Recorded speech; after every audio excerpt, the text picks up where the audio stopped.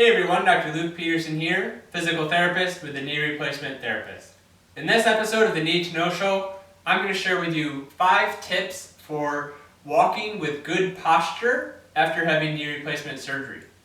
Now these tips are going to be very similar to what I would provide to any person who wants to improve their walking or their walking posture. So they're not necessarily specific to having a knee replacement, but they're going to be really helpful just the same. Now, if you want more videos related to walking better and improving your walking and improving your gait pattern after surgery, be sure to check out the other videos in this playlist, as there's a lot of great information and exercises that you can do. So let's start up at the top. So first we're looking at the head and the neck. So a common head posture is called forward head posture, where basically the head is jutting out like this. With ideal or kind of perfect posture, even though there's not necessarily a perfect posture out there, is having the ears and the shoulders. If you look at a side view, your ears and your shoulders should be perfectly in line with each other. And so the way we do this is retracting your neck. So retraction is this backward movement. It's not a jutting up like this, but this backward kind of chin tuck position. And what I tell people to think about is almost like you have a little string on the top of your head and someone is pulling that string to bring your head backward and bring your ears back so they're in better alignment with your shoulders. Now I will say this as a kind of a disclaimer for all of these different positions is when you're walking, you want to be relaxed, you want to be kind of natural movements. So we don't want you to have this kind of tensed up, I'm going to keep my neck tensed up like this the whole time I'm walking, don't move it side to side. But the idea is that just being kind of a little more cognizant, a little more aware, especially if you notice your head's really juking out, or your head is looking down like this, then I want to keep my head up, I want to keep looking forward, looking ahead of me, and if I can, just try to give that little bit of chin tuck, keep my head pulled up tall, pull that imaginary string up. Next we'll talk about the shoulders and the scapulas, or the shoulder blade. So we want them not to be this rounded forward shoulder position. We want our shoulders back. So kind of doing this rolling of the shoulders back is a good cue to use.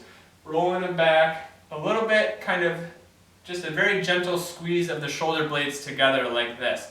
So roll the shoulder blades back, expand that chest, keep that chest up tall. We don't want it to be jutting out like this, but have that chest up and big, and shoulders back and down and relaxed, and a little bit of a squeeze, a little bit of bringing those shoulder blades together like this. Again, we don't want this forced position like this that we're going to hold the whole time, but just being cognizant, being aware of it.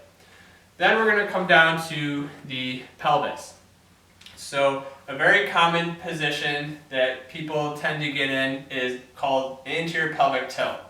Now anterior pelvic tilt, where the pelvis is tilted forward towards your toes or towards the floor, you have this increased arch of your low back. Having a little bit anterior pelvic tilt is a normal kind of resting position for people. What happens is sometimes we get this excessive position, and when you have that, you're going to get a lot of arching and a lot of movement and stress through your low back. And the way to correct that and improve that is some engagement of your abdominals and your core muscles, and also some engagement of your gluteus muscles as well.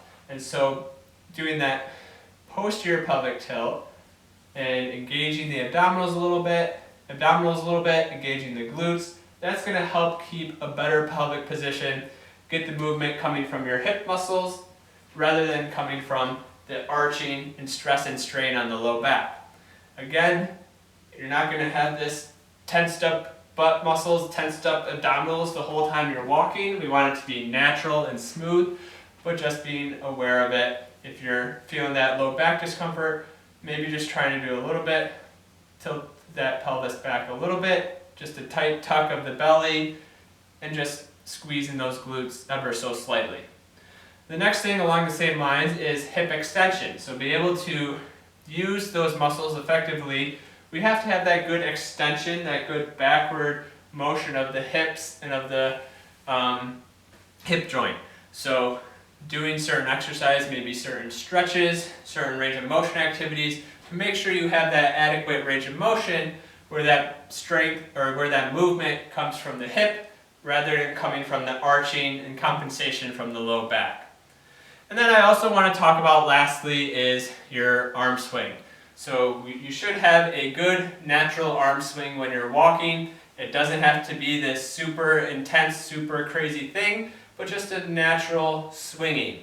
So opposite leg with the opposite arm. So as you step with your left leg, you should have a gentle swing with the right arm. And that's going to be really important for energy efficiency when you're walking, and just helps facilitate a little bit of that natural rotation of your torso and of your pelvis as you're stepping and moving.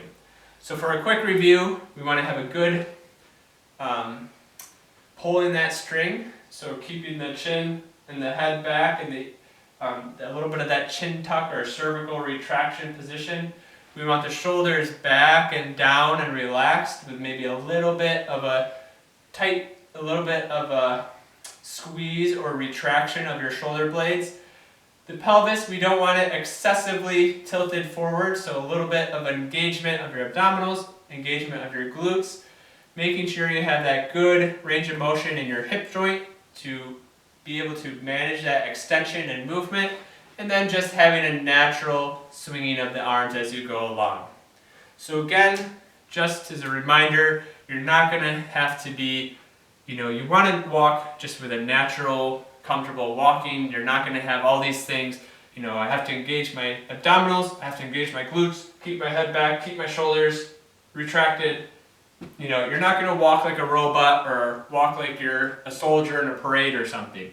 So the best way to improve this is one, just being aware of some things. If you notice an excessive difference from some of the things I'm talking about, your excessive head posture, or you're looking down all the time, or your shoulders are rounded, then making those subtle corrections. And also trying some different activities, different exercises that are going to promote these positions. So for example, doing chin tucks, doing shoulder blade squeezes, scap retractions, or band pulls are really good, or rows. Doing posterior pelvic tilts. You can do them standing, sitting, doing them laying down or in a hook line position. Practicing engaging your abdominals, engaging your deep abdominal muscles, and engaging the glutes and activating your glutes and having good strength through your gluteus muscles as well. So, I hope you found this insightful and helpful. Be sure to hit that subscribe button if you're interested in more videos related to this. Check out the other videos in this playlist for ways to improve your walking, particularly after knee replacement surgery. Leave your questions and comments below. Thank you very much for watching.